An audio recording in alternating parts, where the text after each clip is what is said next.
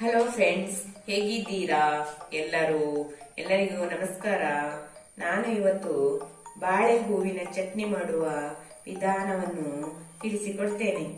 ಹಾಗಾಗಿ ನೀವು ನಮ್ಮ ಚಾನಲ್ಗೆ ಇನ್ನೂ ಸಬ್ಸ್ಕ್ರೈಬ್ ಆಗಿಲ್ಲದಿದ್ದರೆ ಈ ಕೂಡಲೇ ದೇವಿ ಕುಕಿಂಗ್ ಚಾನಲ್ಗೆ ಸಬ್ಸ್ಕ್ರೈಬ್ ಮಾಡಿ.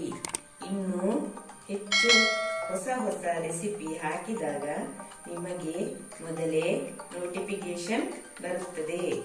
ತಡ ಮಾಡುವುದು ಬೇಡ. ಚಟ್ನಿ ಮಾಡುವ ವಿಧಾನ ಸ್ಟಾರ್ಟ್ ಮಾಡೋಣ ಬನ್ನಿ. ನೋಡಿ, ಈಗ ಮೊದಲಿಗೆ ಒಂದು ಬಾಳೆಹೂವನ್ನು ತೆಗೆದುಕೊಂಡಿದ್ದೇನೆ. ಇದರ ಮೇಲ್ಗಡೆ ಸಿಪ್ಪೆಲ್ಲ ತೆಗೆಯುವ, ಇದೆಲ್ಲ ಬೇಡ. ಚಂದ ಇರೋದಿಲ್ಲ, ಮೇಲೆದು ಬೇಡ. ಮೂರು ತಕೊಳ್ಳುವ.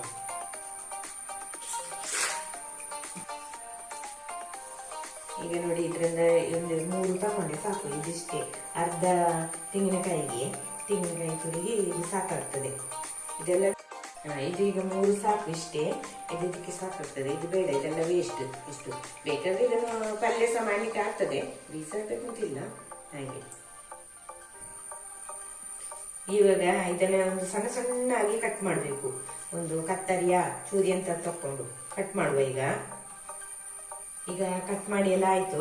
ಇದನ್ನ ಈಗ ಒಂದು ಸಣ್ಣ ಪಾತ್ರೆಗೆ ಹಾಕಿ ನೀರಿಗೆ ಹಾಕಿ ಇಡ್ಬೇಕು ಸ್ವಲ್ಪ ಹೊತ್ತು. ಇದರಲ್ಲಿ ಒಂದು ಅಂಟುಂಟು, ಅದೆಲ್ಲ ಹೋಗ್ಬೇಕು, ಇಲ್ಲದ್ರೆ ಚಟ್ನಿ ಕಹಿ ಆಗ್ತದೆ.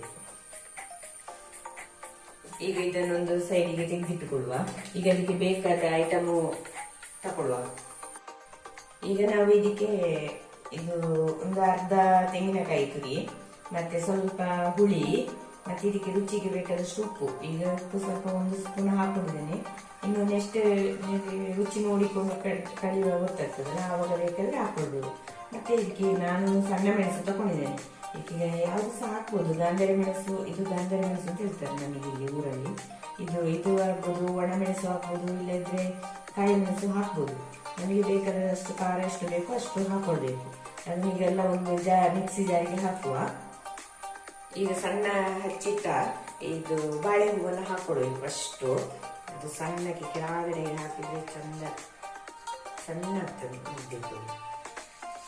ಈ ನೀರೆಲ್ಲ ಹಾಕ್ಲಿಕ್ಕಿಲ್ಲ. ಈ ನೀರಲ್ಲಿ ಒಂದು ಅಂಟು ಬಿಡ್ತದೆ, ಅದೊಂದು ಕೆಂಪಾದ್ರ ಒಗ್ಗರು, ಅದು ಚಂದ ಆಗುದಿಲ್ಲ, ಕೈತದೆ.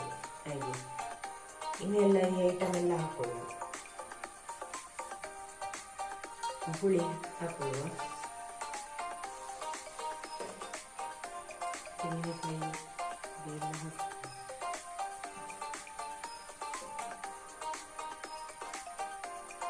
ಮೆಣಸು, ಇದು ಸ್ವಲ್ಪ ಉಪ್ಪು ಎಲ್ಲ ಹಾಕಿ. ಮತ್ತೆ ಒಂದು ಕಾಲು ಗ್ಲಾಸ್ ಅಷ್ಟೇ ನೀರು ಸಾಕು. ತೋರಿಸ್ತಾರೆ ನೀರೇ ಸಾಕು. ಇದಕ್ಕೆ ಒಂದು ಕಾಲು ಗ್ಲಾಸ್ ಅಷ್ಟು ನೀರು, ಸ್ವಲ್ಪ ನೀರು ಹಾಕಿ ಸಾಕು. ಮತ್ತೆ ತೆಂಗಿನಕಾಯಿಯಲ್ಲಿ ಸ್ವಲ್ಪ ಇರ್ತದಲ್ಲ ಅದರ ನೀರು, ಇದು ಹಾಲು, ಹಾಗೆ ಇಲ್ಲ ಗಟ್ಟಿಯಾಗಿ ಕಡಿಬೇಕು.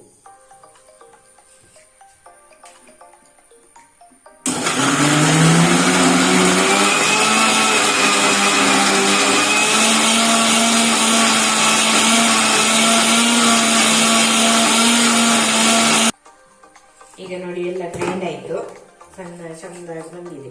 ಇದನ್ನೊಂದು ಬೌಲಿಗೆ ಹಾಕೊಳ್ಳುವ. ನಾನೊಂದು ಬೌಲ್ ತಗೊಂಡಿದ್ದೇನೆ, ಇದಕ್ಕೆ ಹಾಕುವ. ನೋಡಿ, ಇದಕ್ಕಿನ್ನು ಒಂದು ಒಗ್ಗರಣೆ ಕೊಡ್ಬೇಕು ಚಂದ.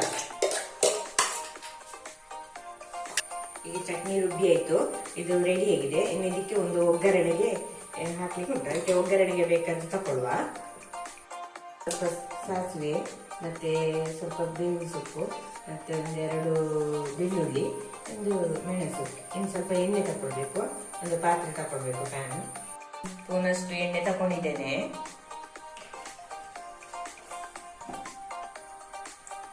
ಈಗ ಬೆಳ್ಳುಳ್ಳಿ 2 ಜಜ್ಜಿಟ್ಟಿದ್ದೇನೆ, ಸಿಪ್ಪೆ ತೆಗೆದು.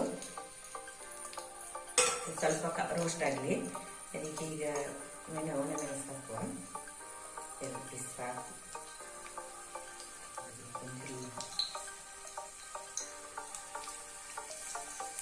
ಸ್ವಲ್ಪ ಬಿಸಿಯಾಗಿ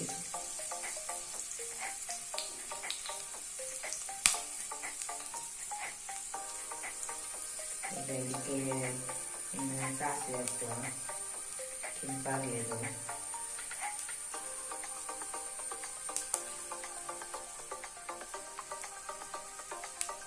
ಬೆಳ್ಳುಳ್ಳಿ ಕೆಂಪು ಕಲರಿಗೆ ಬರಬೇಕು. ಸಾಸಿವೆ ಹಾಕ್ತೇನೆ.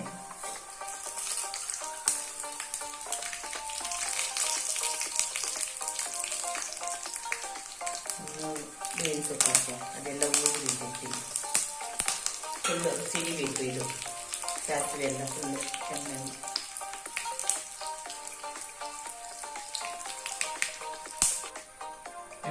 ಈಗೆಲ್ಲ ನೋಡಿ ಫುಲ್ಲು ಇದಾಯಿತು, ಸಿದ್ದಾಯಿತು ಇದೆಲ್ಲ ಎಲ್ಲ ಸಾಸಿವೆ. ಈಗ ಇದಕ್ಕೆ ಹಾಕುವ, ಎಲ್ಲ ಒಗ್ಗರಣೆ ಹಾಕ್ತೇನೆ.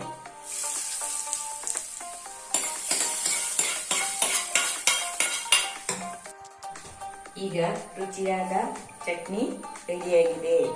ಇದನ್ನು ಕುಚ್ಚಲಕ್ಕಿ ಗಂಜಿ ಜೊತೆ ಸವಿಯಲು ತುಂಬಾ ರುಚಿಯಾಗಿರುತ್ತದೆ. ಇದನ್ನು ಅನ್ನಕ್ಕೂ ಯೂಸ್ ಮಾಡಬಹುದು. ಮತ್ತೆ ಈ ವಿಡಿಯೋ ನಿಮಗೆ ಇಷ್ಟ ಆದಲ್ಲಿ ಲೈಕ್ ಮಾಡಲು ಮರಿಬೇಡಿ. ಹಾಗೂ ನೀವು ಟ್ರೈ ಮಾಡಿ ನಿಮ್ಮ ಅನಿಸಿಕೆ ಕಮೆಂಟ್ ಮೂಲಕ ತಿಳಿಸಿ. ಸಿಗೋಣ ಇನ್ನು ನೆಕ್ಸ್ಟ್ ವಿಡಿಯೋದಲ್ಲಿ.